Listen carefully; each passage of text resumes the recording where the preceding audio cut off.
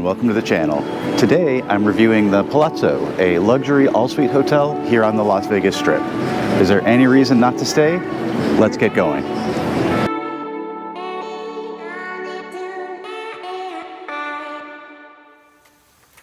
The Palazzo is a sister to the Venetian Hotel, operating together as the Venetian Resort.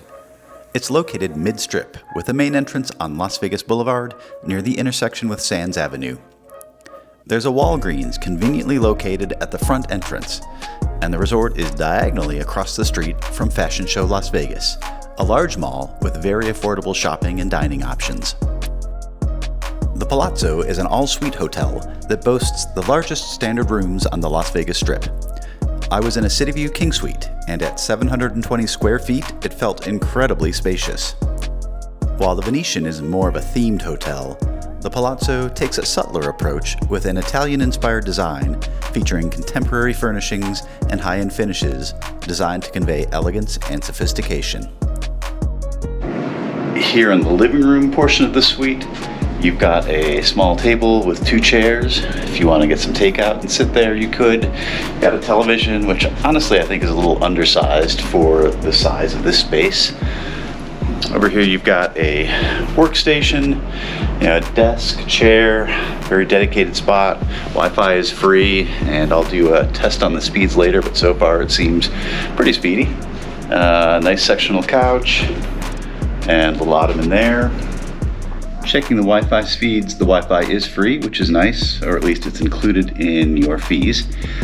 Speeds are fast, not blazing fast, but a little over 40 megs download, 34 upload, so certainly enough to do work, probably enough to do some video conferencing, probably not enough if you've got a family and you're all trying to stream on your devices at the same time. One thing to absolutely be aware of if you're staying here, there are steps that lead from the bedroom to the living area. 2 of them, there's a light that stays on 24 hours a day. You can't turn that off. It's a good idea for safety. So the last thing you want to do is stumble in the middle of the night, fall into something, hurt yourself. But do be aware that particularly if you have mobility issues, this could be a drawback for the room. Otherwise, it's a nice addition to kind of set the levels off. Here in the bedroom portion of the suite, it's very spacious. You've got your king bed, you've got a chair here if you want to sit in it, you've got a little end piece here you can sit on if you're getting changed, nightstands and lamps on either side of the bed. You've got clock radio with USB ports, although not USB-C, so I can't really use that for my devices. You've got a phone on the other side of the bed. I don't know why these are still in hotel rooms. I've never used one. And then you've got a second television here, so you can watch TV from bed if you'd like. Just off the front entryway are double doors leading to a large bathroom. There's a glass-enclosed shower with decent water pressure, but seemingly generic shampoo and body wash, which honestly felt a little subpar compared to the brand name amenities provided at some other luxury resorts. Double sinks with black marble countertops and large mirrors provide plenty of space, along with a dedicated dry vanity with makeup mirror and stool. And then I do like this. The water closet is a separate room within the oversized bathroom with a second door. So, pretty nice. The king-sized bed was super comfortable. The frame was solid, no squeaks. The mattress was just the right level of firmness for me, and the bedding was plush and luxurious. I slept well throughout my entire stay. Now, I've stayed in some places where there's a couch that looks nice but is not that comfortable. I'm happy to report this is indeed a very comfortable couch. It is long enough that you can stretch out, even for someone tall like me, fully stretched out, watch some TV, even take a nap at the end of a long day. So I really only have one major complaint. Listen to this. That's my door closing.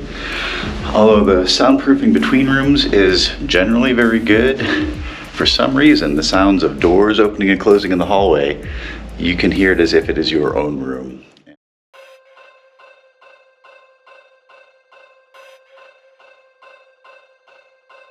When considered as a whole, this resort is huge.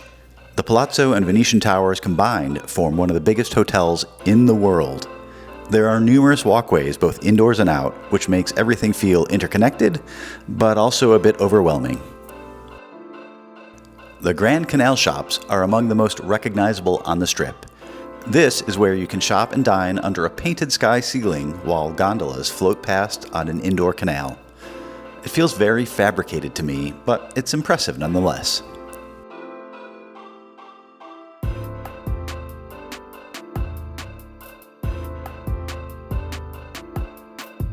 Between the canal shops and Restaurant Row, there are plenty of dining options ranging from quick service to fine dining.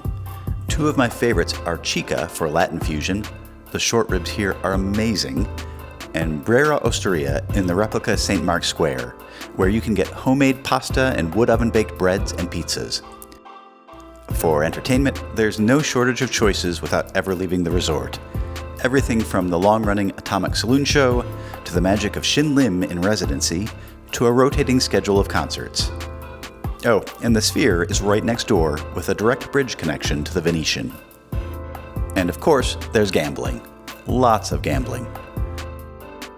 Maintaining my fitness while I'm traveling is important to me, and the overall resort here has several facilities that are part of Canyon Ranch Spa and Fitness. The Palazzo fitness facility is somewhat smaller than the one on the Venetian side, but still spacious enough for a complete workout with plenty of free weights, strength training, and cardio equipment. On the Venetian side, there's all this and more, including a climbing wall. After your workout, there are several options for a healthy snack or meal, including Canyon Ranch Grill and Juice Farm, where my daily breakfast was a veggie smoothie with protein powder.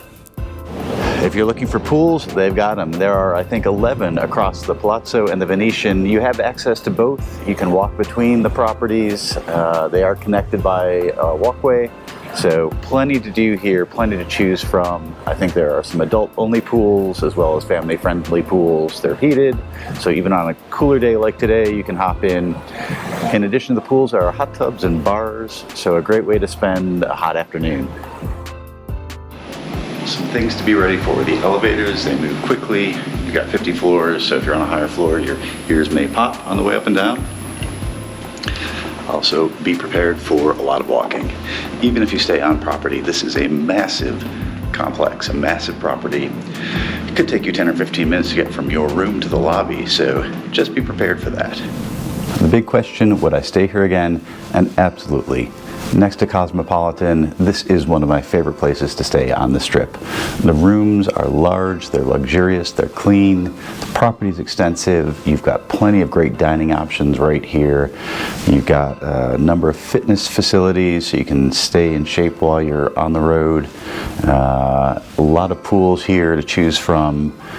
So all in all, really wonderful property, really happy to be here. One thing to note, they are going through renovation right now, so the main lobby of the Palazzo, you're going to see some construction walls, a lot of noise, similar as you're getting on the elevators. There's a walled off area where they're doing a lot of construction. It's very loud as you're passing by there, so just be aware that if you're coming right now when I'm making this video, you may encounter some of that, but otherwise this is a fantastic property. So happy to be here.